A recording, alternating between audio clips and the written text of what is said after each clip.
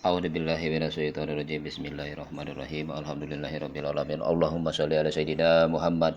Baiklah para tulab wa tulaba dimanapun anda berada, marilah kita belajar maning ya. Bismillahirrahmanirrahim. Api'u wajidu wa la takasalu wa antum ila rabbikum turja'un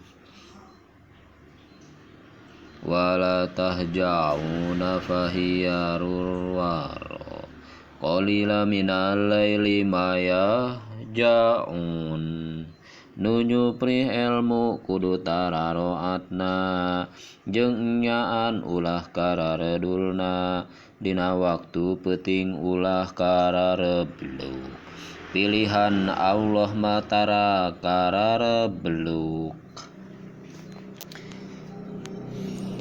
Maksudnya diantara kalimah yang ada di sini simpelnya itu, jika ya diantaranya tuh maksudnya tuh introspeksi diri lah, diantaranya tuh lihat diri posisi kita itu ada di mana gitu. Kalau seumpamanya lagi belajar gitu, terutama pelajar maksudnya Pak. Dan kita juga sebenarnya mah pelajar semua juga, karena tolabul ilmi minal mahdi ilal lahdi gitu. Selagi ingat gitu ya, selagi ingat ke mukalaf gitu ya, selagi mukalaf gitu ya, ingat bahwa kita itu Islam gitu ya.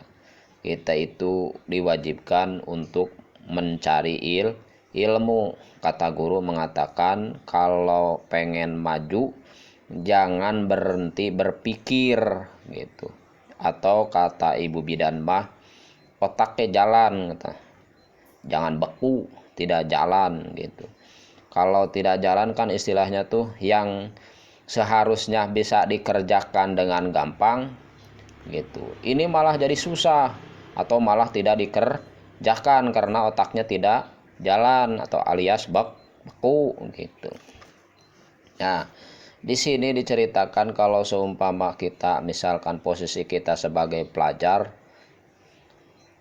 kita harus taat kepada Allah Subhanahu wa taala, tinggikan ketakwaan kita kepada Allah Subhanahu wa taala. Namanya takwa itu adalah imtisalul awamirillah wa tinabu nawahi. Gampangnya mah kita itu mengikuti perintah Allah dan menjauhi segala larangan Allah gitu. Itu takwa namanya. Harus takwa karena apa? Ya gitu. Kalau kita berbuat maksiat, ilmu yang sudah kita terima itu tidak akan terjaga. Yang ilmu yang sudah kita hafal itu bisa jadi hilang. Karena apa? Karena dosa.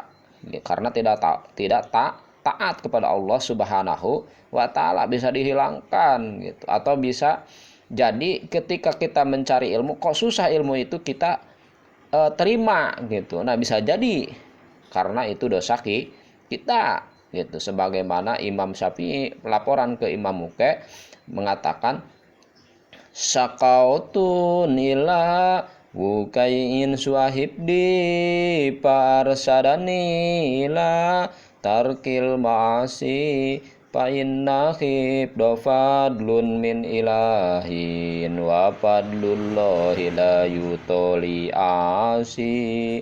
Kuring geus laporan masalah goreng hafalan guru ngawarotosan tinggalkan pamaksiatan dari hafalan karunia ti pangeran maksiat pasti moal dipasihan.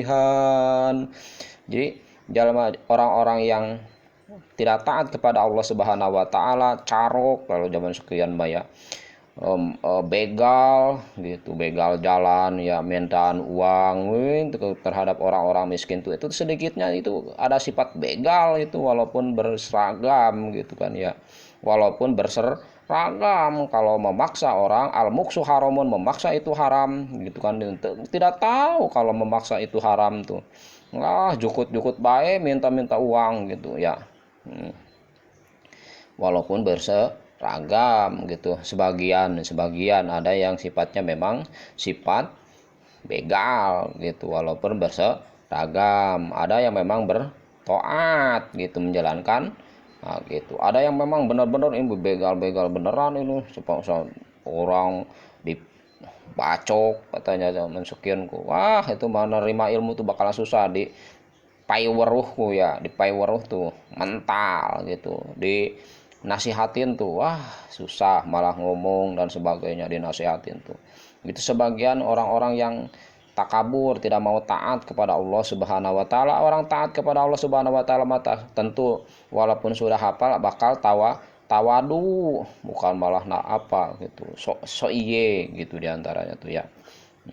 So gitulah ya. Wah, zaman sekianku. Ada orang yang berbuat jahat disebarkan di medsos. Wah, ini makanannya basi katanya. Astagfirullahaladzim, tuh dia mah ayo katanya berdebat lagi pemilihan kubu. Wah, berantem kubu ini dan kubu itu. Kubu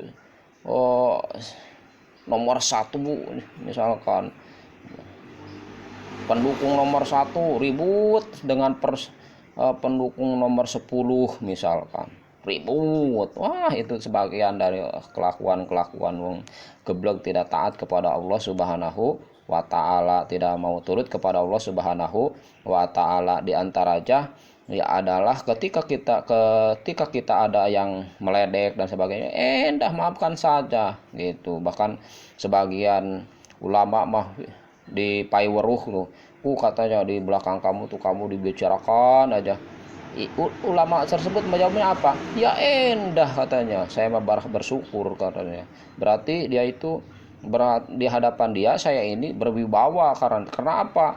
Di depan kita tidak berani dia ngomong, tapi di belakang berani ngomong, berarti saya itu berwibawa. Udah gampang-gampang saja katanya, mengkonon kan nggak jadi kan keributannya. Tapi kalau menghadapi orang yang geblek, orang yang koplak gitu ya, diantaranya tuh di paiweruh tuh kamu di depan kamu dia tuh katanya diam aja, di belakang kamu dia tuh ngomongin baik, mana orangnya katanya tak geblok katanya, tak apa namanya tuh, serobot gitu, atau digerebek katanya. Wah, itu sedikitnya itu masih sifat-sifat yang geblek gitu kan ya. Nggak bakal nerima ilmu tuh, wah bakal wis lah itu kan mah bakalan susah gitu, wong mengkonon mah gitu kan ya. Terus di waktu wis lah ya, itu pertama. Yang kedua, pertama itu harus taat lah gitu ya, diantaranya supaya kita mendapatkan ilmu dari Allah Subhanahu wa taala, supaya kita menjaga ilmu dari Allah Subhanahu wa taala yang sudah kita hafal gitu ya. Jangan berbuat maksiat. Terus kalau malam bangun tahajud, kalau kita mau kebluk itu malas gitu ya, malas bangun malam gitu. Kebluk di sini bahasa orang Sunda mah ya. Kebluk katanya. Malas saya kebluk tuh. Bangun malam tuh, wah ini mah bukan ya apa ya, malah ini mah sebaliknya, subuh juga kesiangan, boro-boro bangun malam subuh juga kesiangan. Wah, kebluk gitu ya. Pilihan Allah mah tidak kararempluk. Orang-orang pilihan Allah itu tidak pemalas, diantaranya semangat terus gitu, kerjanya disiplin gitu. Itu sebagian dari sifat-sifat pilihan Allah tuh kayak gitu, disiplin, tepat waktu, bagus pekerjaannya tuh, rapi gitu. Nah itu ya, diantaranya orang-orang sifat-sifat orang yang ingin mempunyai ilmu. Bila itu berkuliah. Wassalamualaikum warahmatullahi wabarakatuh.